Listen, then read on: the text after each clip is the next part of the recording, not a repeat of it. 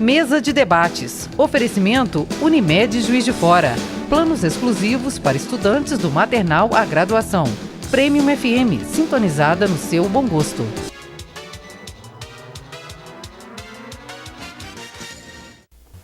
Estamos de volta com a mesa de debates aqui pela TV Juiz de Fora. No primeiro bloco nós falamos do impacto da doença na família, né? São diversos. O financeiro, psicológico, e às vezes as pessoas não sabem lidar com a doença, não sabem cuidar do paciente, e foi pensando nisso que a plataforma Alzheimer 360 foi criada. Eu queria que você falasse um pouquinho mais sobre ela, como que as pessoas podem ter acesso. Exatamente, assim como foi colocado aqui, o Alzheimer ele é muito conhecido pelo fato do esquecimento. Só que o que não é passado para as pessoas é que ele traz muito mais consequências do que o esquecimento. Então, como foi falado também no caso de ser um familiar, geralmente a gente nunca passou por uma doença como o Alzheimer. Então, a cada dia é uma novidade diferente. E são vários comportamentos que a pessoa começa a adquirir a partir da doença também. Então, ela começa a apresentar agressividade, inquietação, ao longo da evolução da doença também ela começa a ter dificuldade para caminhar, para deglutir, comer, então se alimentar. Então são vários desafios que os familiares eles precisam enfrentar ao longo da evolução da doença.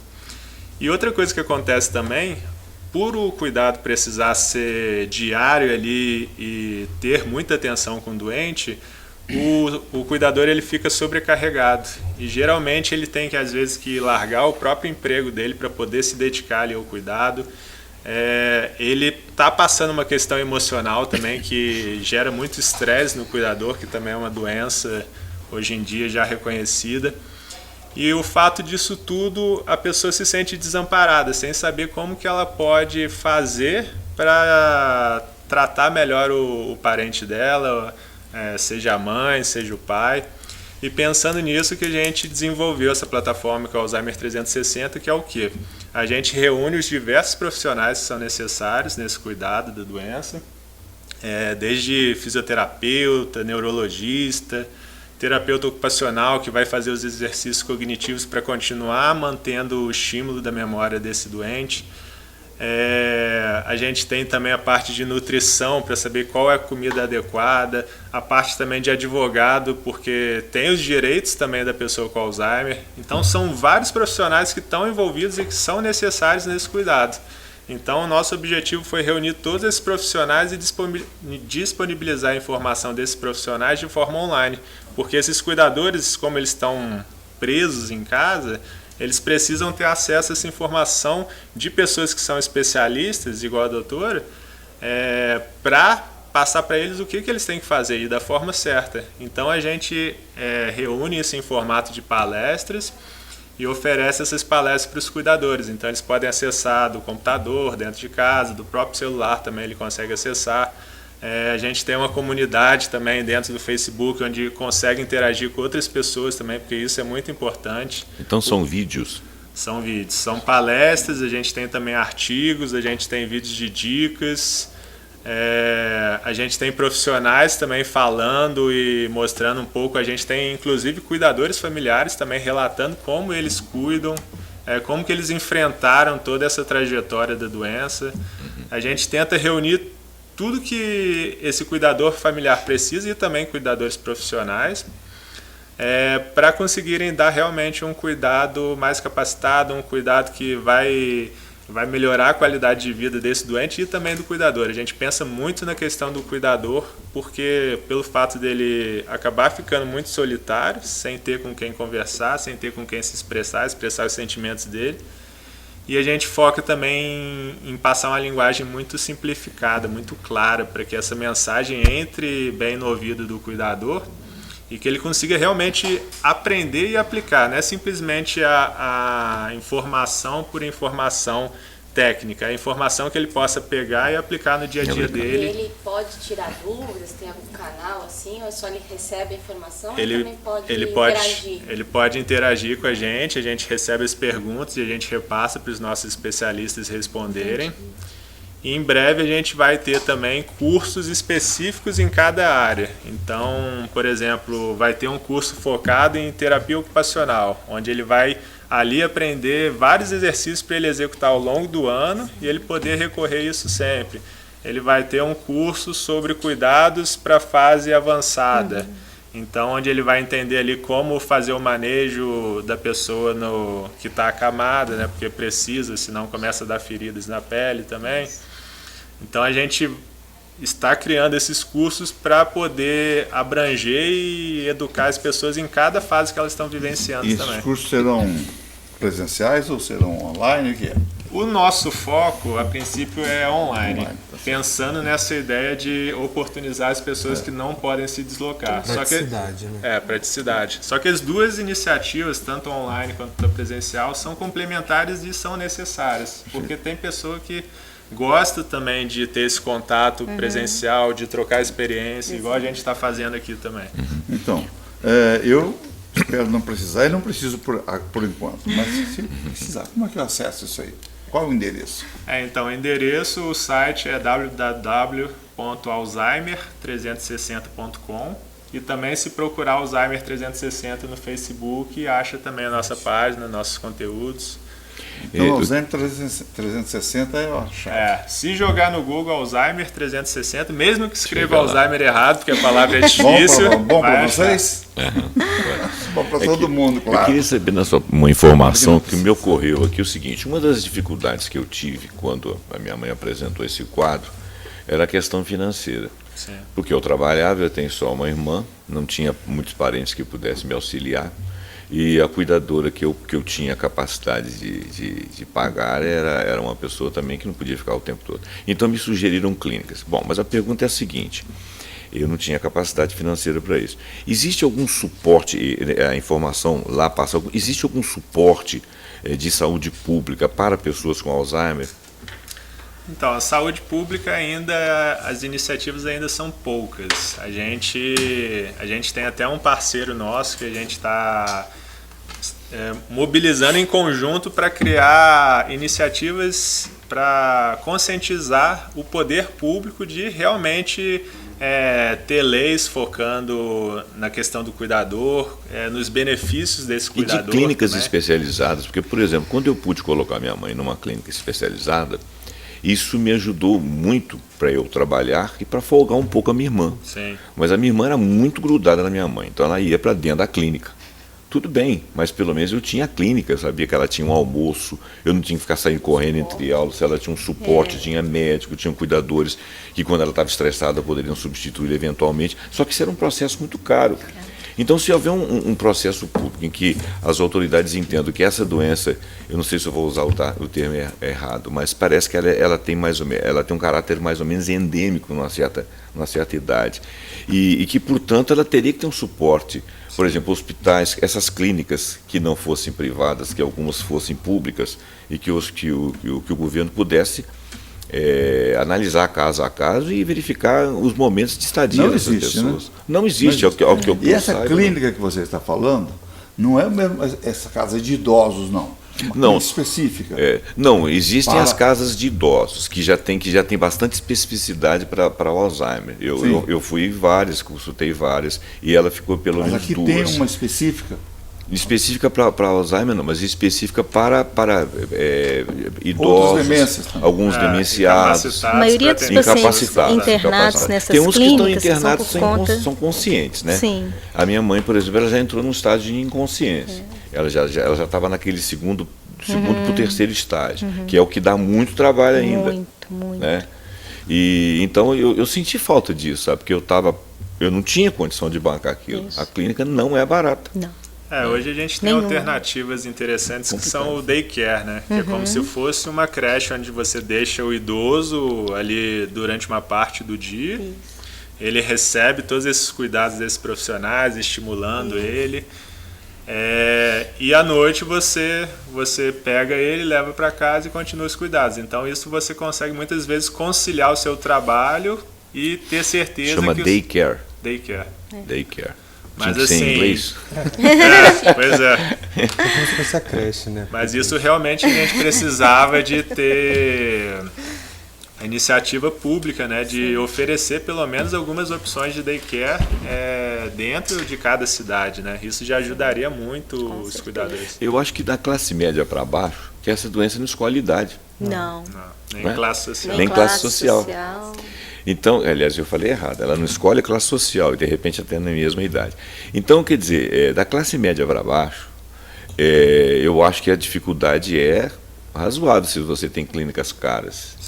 E se você tem uma família pequena que não pode ficar, e tem pessoas que não têm aptidão nenhuma para cuidar, elas perdem a paciência, elas entram em estresse, entram até em depressão, quer dizer, você perde o cuidador porque ele não suporta a doença do parente.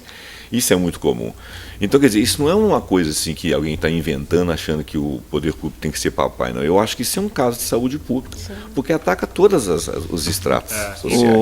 Eu tenho uma pergunta para a doutora Ana Laura, que é uma curiosidade, porque não sei se é mito, se é verdade, que o paciente acometido da demência de Alzheimer, ele não se lembra do que passou agora recente, ou um passado mais recente, mas se lembra tudo de passado distante. Isso é realidade? É mito ou é verdade? Não, é verdade. O que acontece?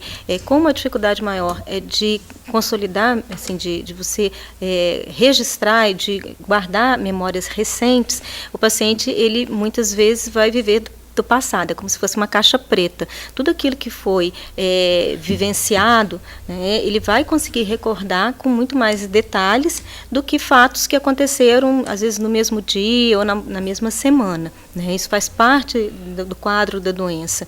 E aí, realmente, é muito complicado a gente lidar com essas situações, né, conta disso tudo, e de ter assim um suporte adequado, né, da parte governamental. A gente tem muita dificuldade, mas inclusive assim das próprias de você ter algum serviço de apoio. Até alguns anos atrás nem existiam essas clínicas especializadas. Agora a gente tem muita clínica especializada, né?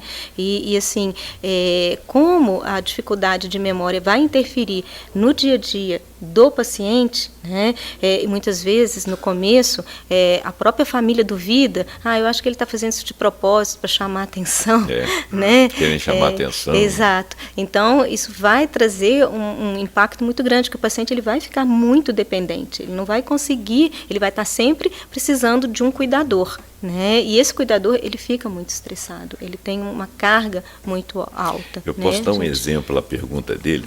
A minha mãe, um dia à noite, quando ela ainda estava no estágio mais ou menos inicial, mas já tinha algum avanço, ela falou sobre uma determinada bolsa. Detalhes da bolsa. Ela falou, essa bolsa tinha 50 anos para trás. E a minha irmã falava com ela, não existe mais essa bolsa. Ela ficou com raiva. Aí o médico virou e falou assim, você não pode falar assim. Não pode contestar, então. Não pode contestar. Porque pessoal, a gente está quase terminando o nosso bloco aqui. A gente tem várias questões ainda que não foram abordadas. Eu vou pedir para a gente só concentrar um pouco. A gente está falando sobre a dificuldade das pessoas terem acesso, né, a tratamento, mas a universidade auxilia com um ambulatório.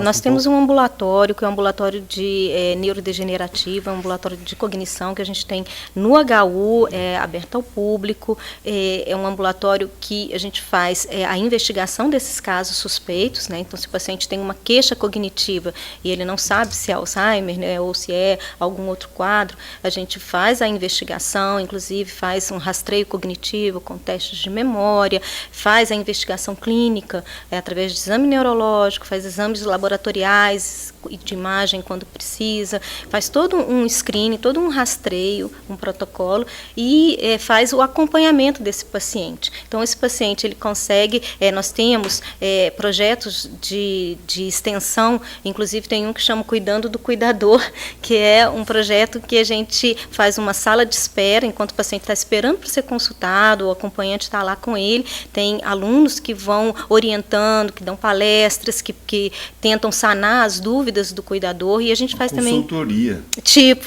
E a gente faz uma reunião mensal com os cuidadores para justamente tirar essas dúvidas, dar um apoio psicológico para esses cuidadores, que eles ficam realmente assim sem ter muito para onde recorrer, né? Então esse trabalho é um trabalho que a gente faz, é um trabalho gratuito para a comunidade, né? E é bem interessante. Eu acho também interessante, só para finalizar, a gente cuidar dos fatores de risco. Então, se a gente sabe que a hipertensão pode levar a um quadro vascular, a uma demência vascular, se a gente sabe que a cognição, a gente precisa de dar estímulo, a gente tem que trabalhar a nossa reserva cognitiva. O que é isso? É a minha poupança cerebral. É o que eu vou fazer para o meu cérebro envelhecer saudável. Então, assim, quando a gente fala para ter uma dieta adequada, para fazer atividade física, isso não é brincadeira, isso é uma coisa que já foi comprovado cientificamente, que a atividade física melhora a cognição. Então, isso é uma coisa que todo mundo pode fazer e que isso vai dar uma qualidade de vida, vai preservar o seu cérebro muito mais do que uma pessoa que às vezes está sedentária, com hábitos de vida inadequados, de alimentação, né, tabagismo. A gente sabe que essa é uma doença de idade avançada, mas os cuidados devem começar lá na infância, quando é a época da criação das sinapses, e ao longo da vida. Você já falou da alimentação, o exercício físico, o sono, evitar o estresse. É difícil evitar o estresse, mas a gente tenta. E lembrando que, como é uma doença que ela tem um contínuo, que é uma doença progressiva, 20 anos antes, a pessoa já pode ter sinais que vai evoluir com um quadro demencial na idade da terceira idade. Então, assim, é uma doença que realmente ela é insidiosa. Então, ela tem um início insidioso, ela é uma doença que vai lentamente progressiva, que você tem que ter cuidados desde mais jovem, né? Na Alzheimer Association, ela tem na página dela, falando que a cada 65 segundos uma pessoa inicia um quadro de uma doença de Alzheimer, isso nos Estados Unidos. Aqui a gente não tem tantos dados assim, epidemiológicos, mas só para entender a dimensão, né? E realmente é uma doença que, como as pessoas estão envelhecendo mais, ela está, obviamente, né, e como há mais conhecimento a respeito, né, mais estudos, então a gente consegue fazer diagnósticos mais precoces, né? Eu acho que todas as doenças, todas as demências necessitam, em qualquer situação, nós necessitamos muito de afeto. Principalmente aqueles que têm as pessoas em casa com Alzheimer. Essas pessoas precisam muito mais de afeto, de todos que o cercam. Essa é a mensagem que eu quero deixar aqui, porque não ser nunca hostilizado, nunca contrapor.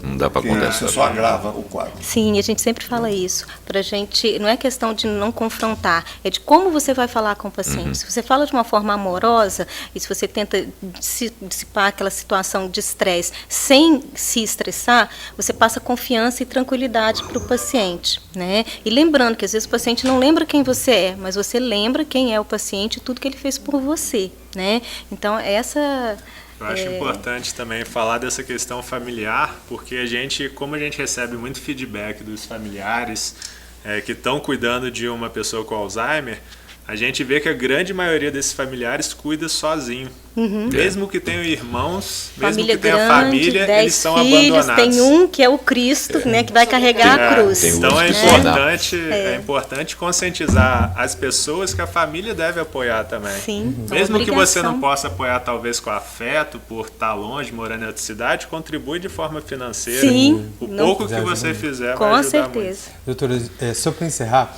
eu fiquei curioso, a senhora falou sobre a necessidade de exercícios físicos, mas tem exercício para o cérebro também?